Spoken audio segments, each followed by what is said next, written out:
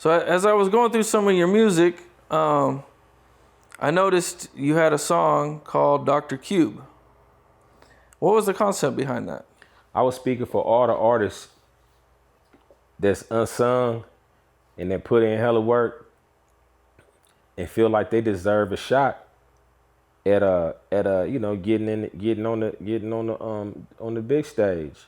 And that's because at the time and for a long time, if you wasn't from that Dr. Dre tree or with Cube or that NWA tree, you wasn't gonna get no shine because, you know, that's basically the only outlet at the time. All the artists had basically came from Mac 10 to Game to whoever came later, Exhibit after NWA and all that shit. Pac, all the West Coast shit was coming through Dr. Dre. So basically, I had no intentions of them. I wasn't even thinking about them really hearing the song, but I made a song from that artist's perspective that feels like he's done everything it takes to get that look. So it was all in fun, you know what I mean? But at the same time, it had real, you know, cause shit. If you hear what I was saying in the song, I said a lot of shit that'll make you think my resume is on deck to be on that stage. You know what I'm saying? I fuck with damn near everybody that Dre and Cube fuck with. But a lot of artists might feel like that, and they was feeling like Drake fuck with me. So I just wrote a rap from a perspective of an artist that felt like that. That's it. So it was the Doctor was for Dr. Dre and the Cube was for Ice Cube. Cube, right? Okay. And so it was just basically like a concept, like, you know, what else do I got to prove, right? Right. I done did all the shit. All the small magazines and said my albums was classics. All the artists that you fuck with got me on their albums. Your DJs is my DJs. The niggas that make your beats is my producers. I said all that shit, you know what I mean? And you know, it was just from the perspective of every young artist that feel like he did his shit. You know what I mean? That's it.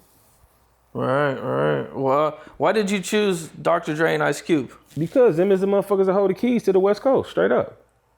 At that time, if you wasn't fucking with Dr. Dre or Ice Cube, you nothing. What year did the song come out? Shit, I don't know. Maybe like 06 or something. 06, okay. 07. That's when I think Game was hot at the time. Everybody, you could look through everybody. The first motherfucker to actually get some shine nationally without being from the NWA tree, I damn near would say was YG. YG did, yeah. You can think all you want. I'm telling you, I do this. Glasses? Nah, he came from Mac 10. He was with Mac 10. Cash Money, Mac 10. He came out, but at the same time, his shine, his biggest shit came through Mac 10. And Glasses came out with Game too. Glasses was around Game a lot. So that shit is still off that tree, connected. That's true. That's true. Yeah, straight up. And why do you think you didn't get more opportunities? Just because you're out of San Diego? Yeah, for sure. That must have been frustrating. There's a motherfucker. So did you come up here? You did a lot of networking up here, I take it? My first real shit was in LA. Yeah, I started coming to LA in like 99. Young cat, straight up here. Kid, trying to see what's happening. Start fucking with Exhibit and I first start fucking with Sir Jinx. Shout out to Sir Jinx, you know what I mean? That's who gave me the game. And then the Liquid crew took me in by way of Exhibit and the relationship that Sir Jinx had with Exhibit at the time. And from fucking with Liquid crew came me fucking with the Alcoholics and, you know, Tash, that's my brother. If you heard my first album, the first verse of my first album say, I shout out Tash. When I be with my nigga Tash, I be living the rap life, but then it's back to Logan now where I'm living the crack life. And then, that's where I got LA from there, man.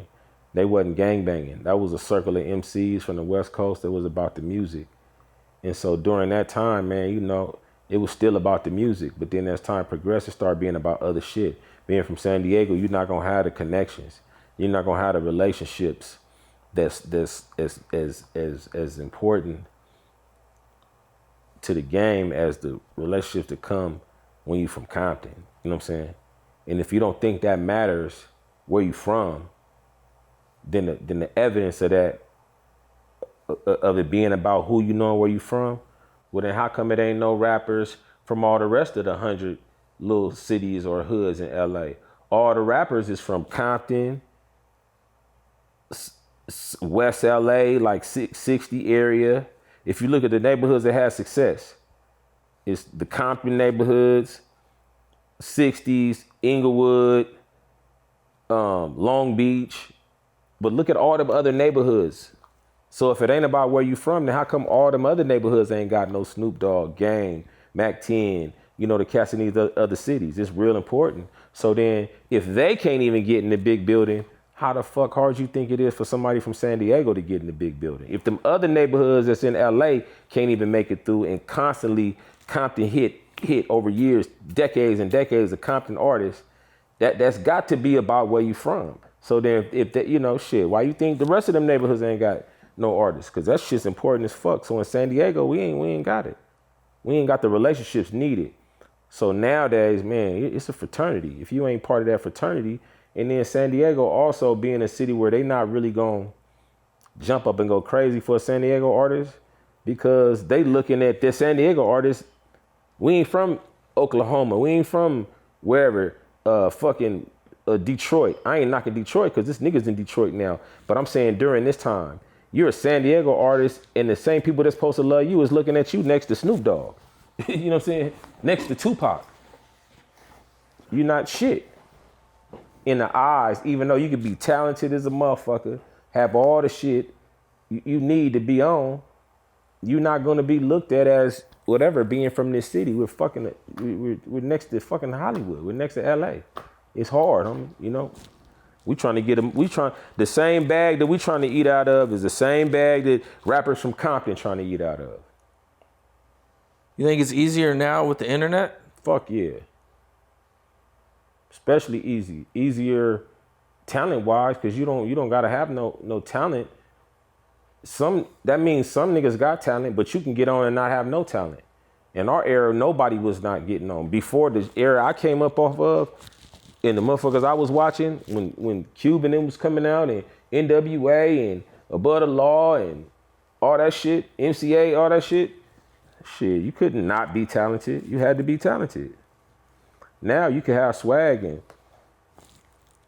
fuck the right bitches on live and shit, or whatever the fuck, or get head on live, or, have a shootout or whatever the fuck. It'd be a bunch of other shit outside than are you talented. But fuck it, I ain't mad at it. Fuck it. Yeah, it seems like we live in a attention era where attention is popularity. Yeah, popularity, attention. Who's ever popular is can actually get you put on. I mean, I think Cardi B, popular. She had this huge Instagram following and then started rapping. That's crazy. I followed Cardi B before she even got on the show. She pop up viral all the time. I was watching Cardi B before. She was funny as a motherfucker. Yeah. You get the numbers up. You build that platform, no matter how you built it. You get on there and make some music. Shit, everybody music sound the same. Shit,